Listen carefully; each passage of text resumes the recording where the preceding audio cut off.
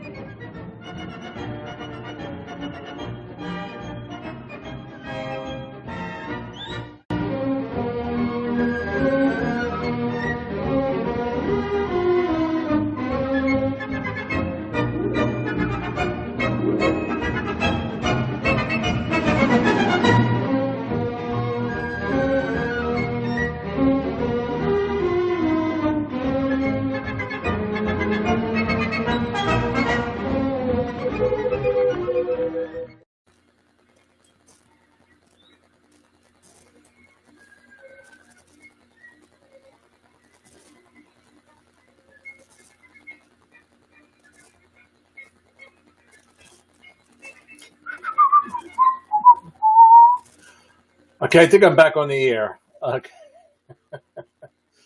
all right. Well, it's a rainy Saturday morning. We actually do need the rain, even though it's kind of gloomy, but the lawns need the rain. So we might have to deal with a Saturday where there's a little bit of rain. But wanted to talk about, all right, that's my feedback. I'm watching it. Make sure that everything is working. Want to talk again. It seems to be a constant reminder of what's going on in today's real estate market, but we do have a great need for listings. In fact, Rain, and that's our local multiple listing service, just put out a graphic with information saying we're hurting right now. There's really not much to look for right now. If you're a buyer, you don't have that many properties to look at. And I have a lot of people working. I have people calling in wanting properties, but they're reviewing and reviewing. And it's something that the properties that are there right now, and I'm not putting down the properties that are available, but it's not meeting their needs. So again, if you're on the fence whether or not I should list, if it's a good time, it is a good time. And as I have repeated before in the past,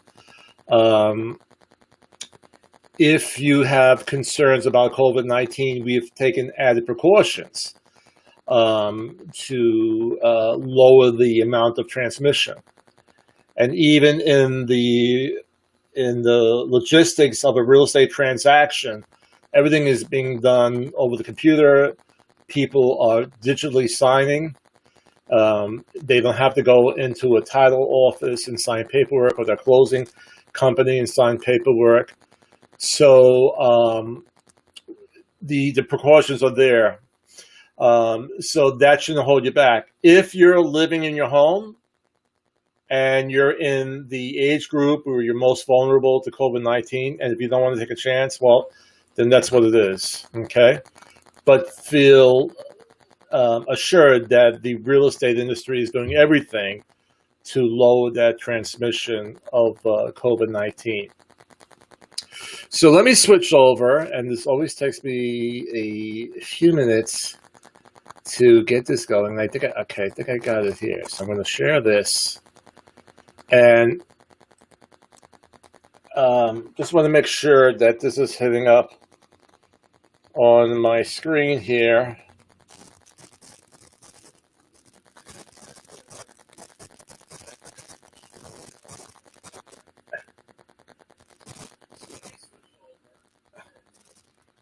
There's always a few seconds delay, much more than a few seconds delay when it goes from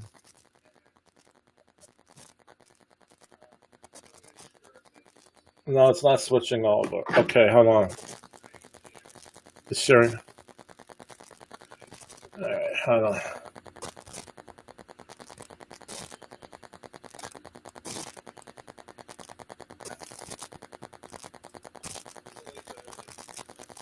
No, hold on. Application window.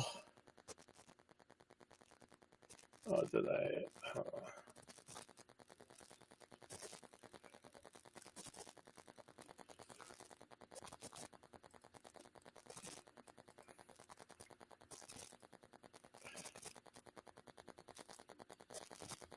So it says that I'm sharing a window.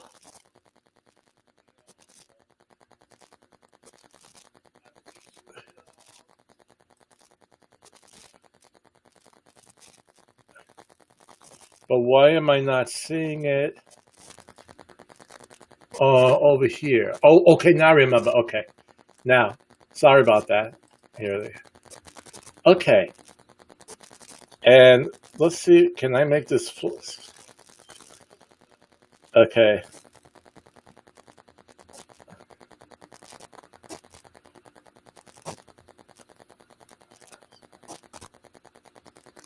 All right. Okay, so let me shut off my feed over here. Okay. So we can see over here that this came out this week from RAIN, our Real Estate Information Network, our market summary. And we have here a big decline of active listings. All right. We're down 38.40%. If you look at everything else is strong. Settled sales, sales that actually closed, pending sales, contracts that are that they've been ratified. They've had their home inspection. The contingencies are off of them, and they go into a pending status. All contingencies are off. As I first mentioned, home inspection, and then there's if it's in a co-op or a condo or a POA, there's always the packet that the buyer has to review, and if they're not happy with the rules and regulations of that POA, then they have a right to rescind within 3 days. So this means here, if this is done correctly, if the agent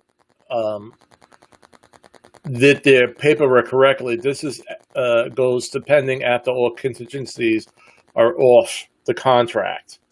So that's up. Oh, excuse me. And we also see that new construction settled sales are up. Okay, so as for the movement within the real estate industry, all of this is strong. Okay, but there is a desperate need of listings for listings. So I've been doing this for about 2 months now, and it seems like I'm a broken record because I keep on repeating it, but we need listings. And what else came out this week? This is graphics that went on my on my blog this week. And they give, this is very good because sometimes, and they call them infographics, sometimes, a picture is 1,000 words, and this hits home more than giving a long narrative of what's happening right now. But this is mortgage rates by decade for a $300,000 home. And it says right below, and I'll just go over that. Sometimes it helps to see the dollars and cents you'll save if you purchase a home while mortgage rates are low. Buying a home, actually, I'm just working on my other computer here. Buying a home at today's historically low rate can save you significantly over the life of your home loan.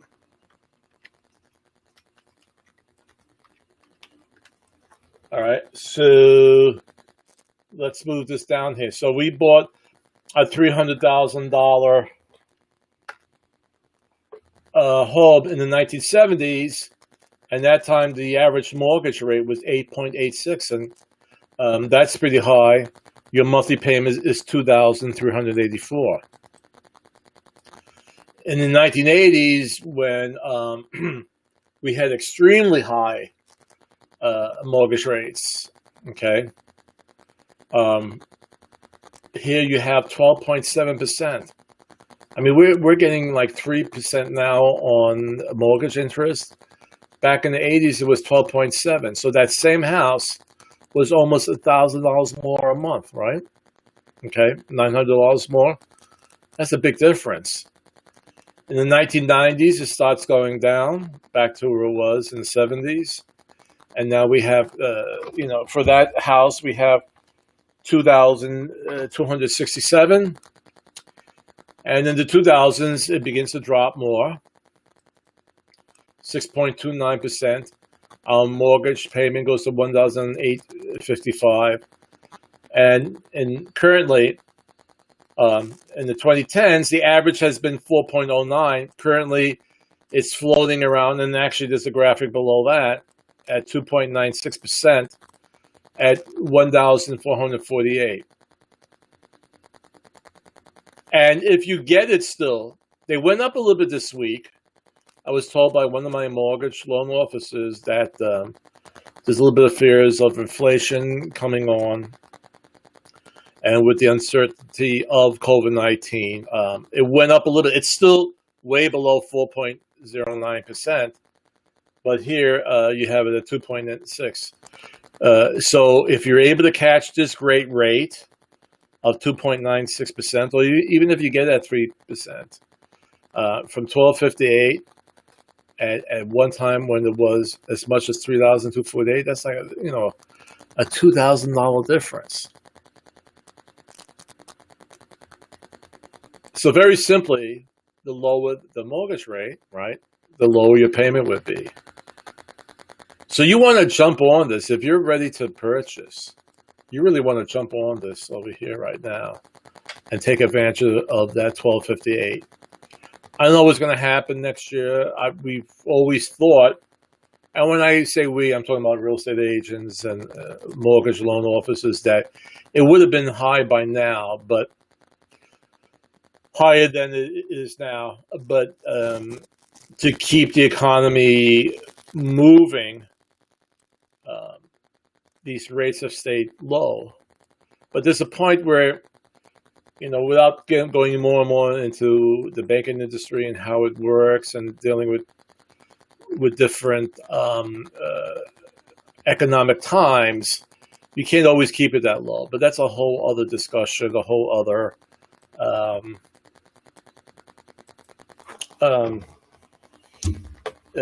podcast, okay?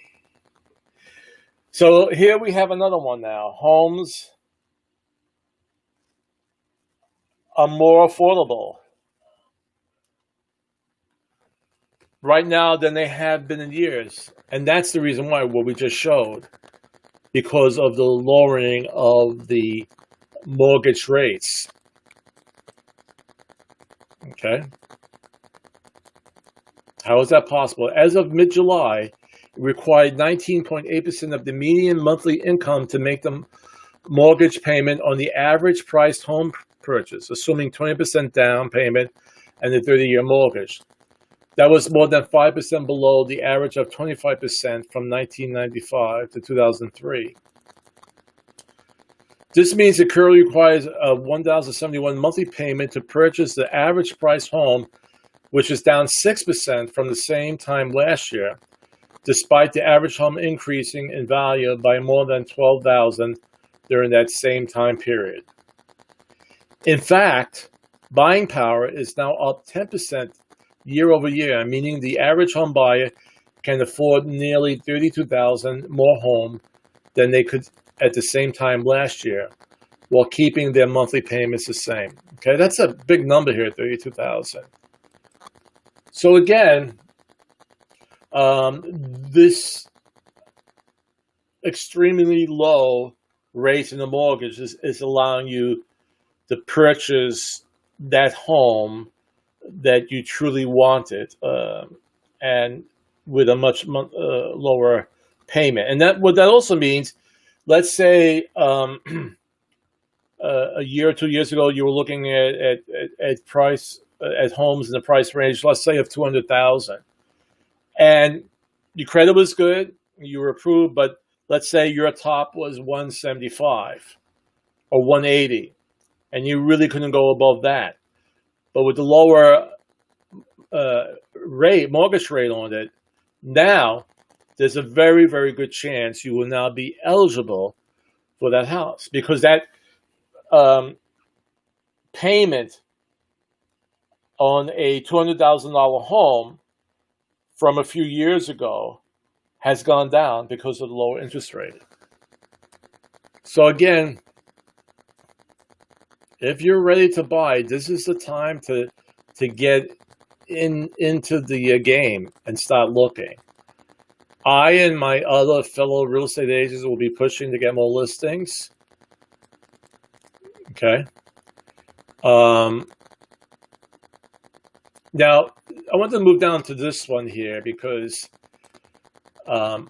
this has been affecting quite a few of my clients, because they are investors, and they are trying to get something up on over here so I can see what I'm doing. Uno momento. Okay, so this is hurting the segment of my clients who are investors, because actually there are less foreclosures on the market right now, as well as short sales. So usually investors are trying to get that foreclosure or that short sale when there's a distressed property. They are motivated to sell. They might go down even lower than the market price or the listed price of the property. And they'll bid lower. I mean, that's what investors do. If there's a battle, if there's a price or there are multiple offers, they might actually go higher. But that's another scenario. But they usually go below the market price or the listed price of the property and try to win it over. And then they'll either flip it, fix it up, or they might still fix it up, maybe in not such a great detail or not that many upgrades, but just make it, or should I say high-end upgrades, let's put it that way, and then they will rent it out. But with today's market, we have very few foreclosures because of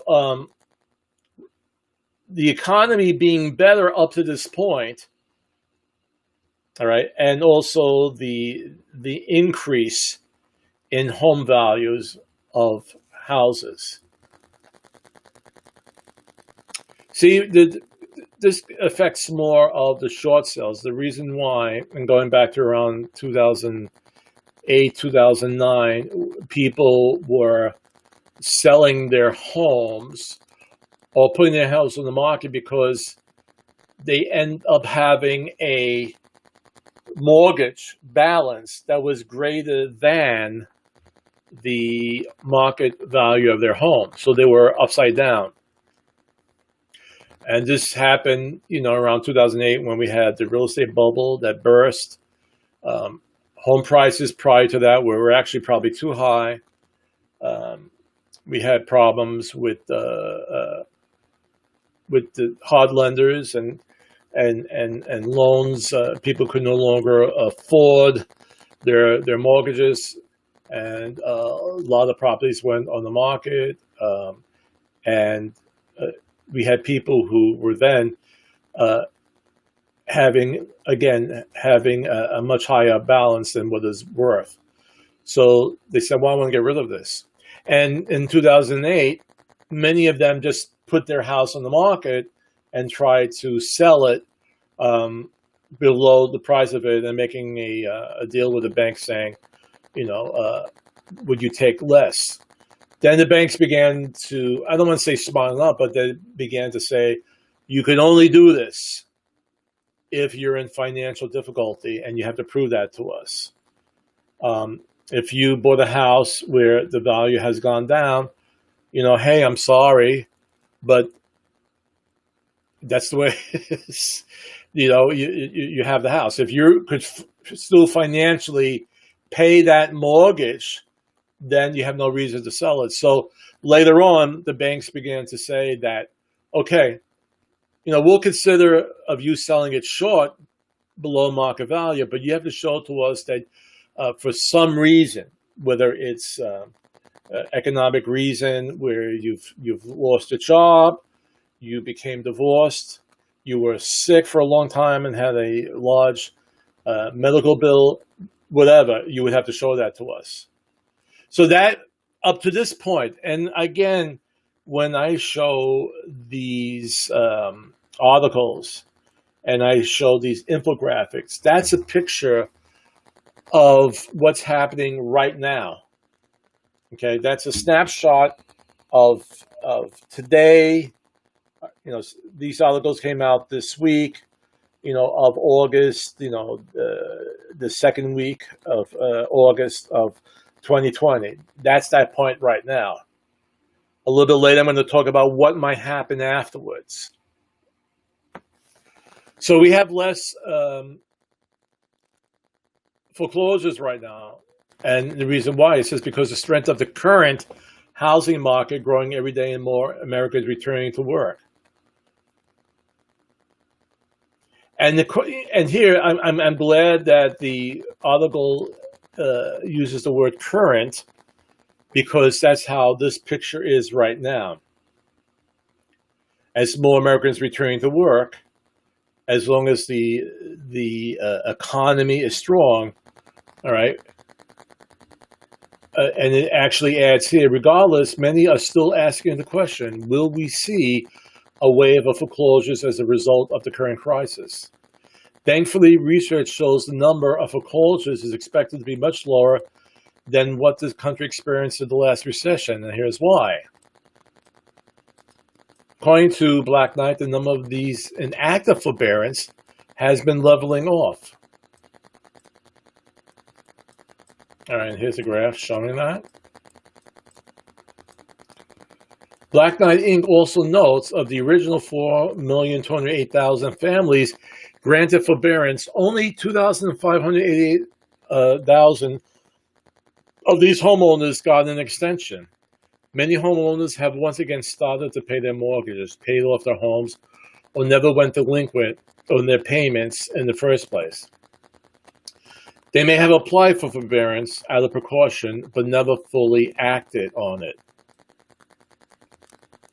And there's always a graph, okay? And here's a graph showing the amount of people who decided not to go with a full foreclosure on their property. And it also talks about how people with the increasing value of homes, they have more equity in their houses. So all of this is very good news.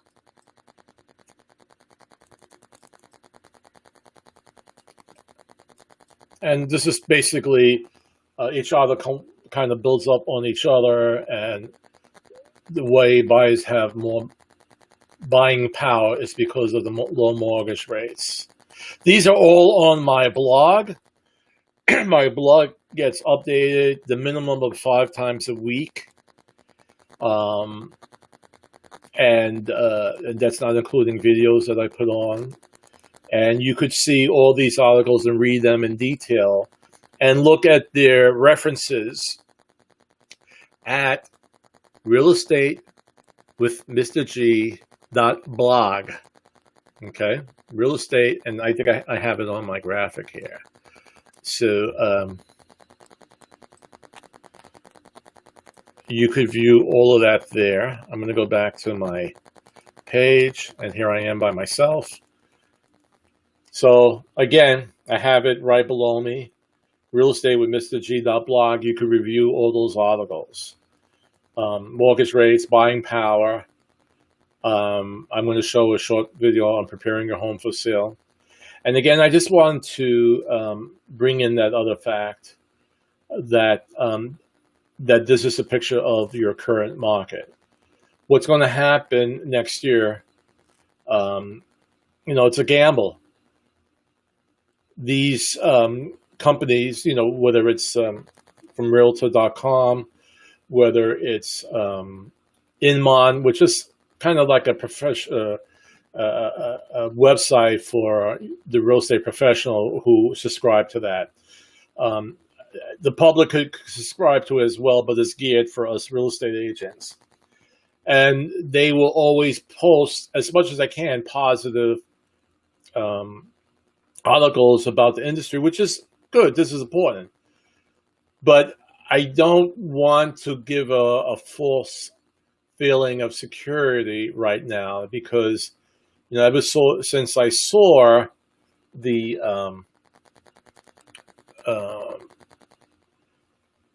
it was last week, or I actually think it was the week before, where the GDP came out, and it was down about 32.9%. That's a big dip, and that means that America is not producing as much as it has been, let's say at the very beginning of the year, and it's falling, and companies they're slowing down, especially like in the manufacturing process, or they're not producing at all. The other day I went with the missus, and we were looking for fluorescent light bulbs for the kitchen, ran out. We went to one store, and they said, we couldn't get our size. And they just were saying some things are not coming in right now. So there are different segments of the manufacturing industry that they're not producing right now because they can't get their workers in. They might have in that state social distancing where they can't have a certain amount of people within a certain square footage area. Everything's going on. And we know that the entertainment industry is hurting, and whatever goes along with that. So you go to a football game, the people who have the concession stands, they're not making any money. The people who have the parking lots where you pay $5, $10, they're not making any money. Okay, the local restaurants, they're not making any money. The hotels are not making the money that they have been before. Hampton Roads area, because of Virginia Beach and Busch Gardens and Williamsburg, are a big tourist location, especially during the summer months, the spring and summer months. Okay, people are not going. Well, they can't go to Busch Gardens because it's closed. So all this revenue is not there. The restaurants in Williamsburg, the hotels in Williamsburg, it's adding up. And depending on how long we have to deal with COVID-19 and how much we have to stay in sort of a lower level of allowing people to work, that's going to affect how much longer it will take us to get out of this point we are right now. So the longer it lasts, the more difficulties we have. So right now it's kind of at this point right now, at least for the real estate industry, it's been good. I don't know what's going to happen in 2021. My only I don't want to make a prediction, but what I want to say is that the longer we stay in this shutdown mode or semi-shutdown mode, it's going to take longer to recover. And it's going to be then a domino effect or a snowball effect. And it's going to start hurting other industries. And eventually it's going to hurt the real estate market. All right? So, and again, when I state this, I don't want to say, hey, everybody, let's go right back to work and let's assume the normalcy we had before. I'm not saying that at all. I'm just saying what it is, what the deal is. If more people get sick and some states have to shut down more, then we have to do it. I mean, people's lives are more important than going to a game or a restaurant. Now, I know for the people who own restaurants and for those other people, I know you're hurting. I know you're hurting, and I'm hoping that the administration comes out with another stimulus package to help with this problem. But if numbers go back up again, and we're going now into fall season, and we're going into the flu season, and with that, and with COVID-19, it could get very messy. So these are snapshots of what's happening now. And right now, the market is good. And if you want to purchase, you should do that now to take advantage of those really low mortgage rates. And if you're a seller, then you should really take advantage of entering your house on the market with very little competition. Where again, and again, this is not an exaggeration. People are getting offers the day that they put their house on the market, and sometimes it's multiple offers. So take advantage of that while you can. So with that,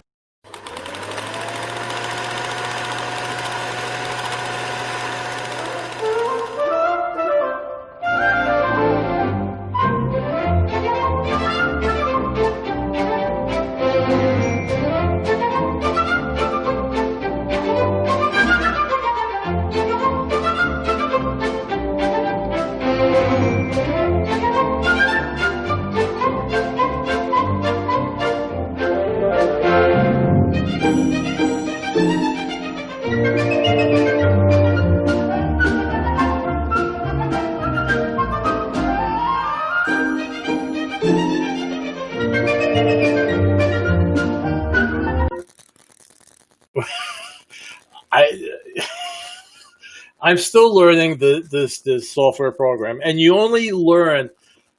The only way you really learn it is when you go live. So when you go live, people are seeing, everything. So I only could practice this software when I go live. Okay, but I want to give a little introduction to that video. So I found an old educational film from 1957 it's in black and white, on how to prepare your home for sale. So I would like to show that to you because I want you to put your house on the market. I want you to call me, contact me, and say, I want to list my house. So here is that video.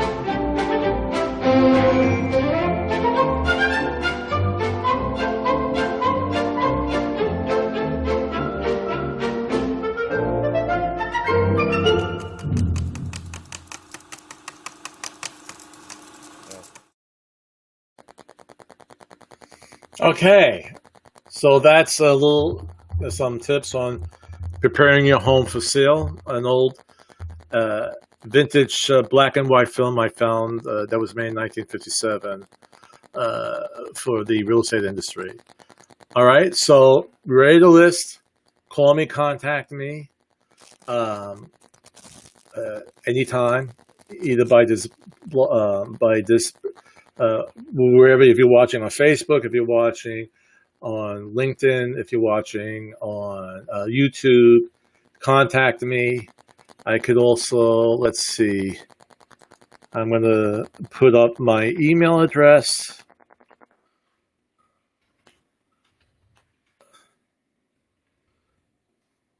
And also my cell phone number. You could text me. Okay. Let's see. Okay. And we're going to show that. There we go. Love technology. Loving technology. All right. And let's talk. If you want to buy, let's talk. All right. So thank you very much. Have a good week. Wear your mask. Keep 6 feet away from each other. And we'll talk soon. Be well.